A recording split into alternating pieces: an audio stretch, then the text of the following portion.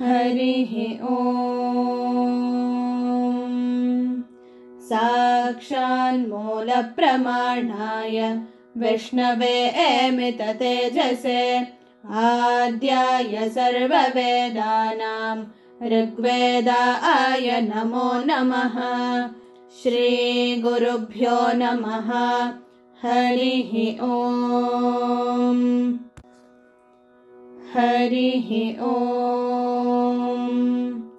ग्रावाणेव तदिदर्थं चरेथे गृध्रे एव वृक्षं निधिमन्तमच्छ ब्रह्माणे एव विदथ उक्तशासा आदूते बहव्याजन्या पुरुत्रा प्रातर्यावाणारथ्ये एव वीराजेव यमावरमासचेथे मेने इव तन्वा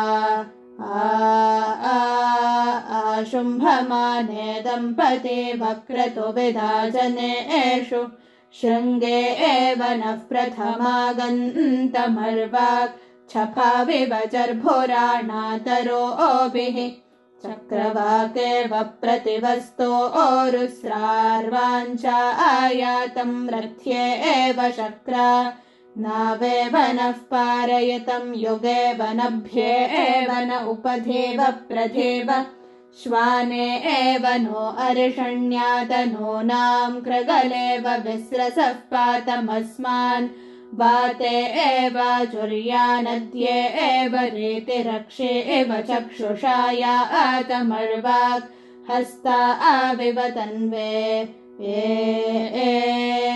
शम्भविष्ठापादे एव नो नयतं वस्यो अच्छ ओष्ठा आविव मध्वास्ने वदन्तास्तना आविव पिप्यतं जीवसे एनः नासे एव नस्तन्वो रक्षितारा आविव सुश्रुता अभूतमस्मे हस्ते एव शक्तिमभिसन्ददीनः क्षामे एव नः समजतं रजांसि इमा गिरो अश्विनायुष्मयन्तीः क्ष्णोत्रे एणेव स्वधितिं संशिषितम् एतानि वामश्विना वर्धनानि ब्रह्मस्तोमं गृत्समदासो अक्रन् तानि न राजुजुषाणोपयातं बृहद्वदेम विदथे सुवीराः।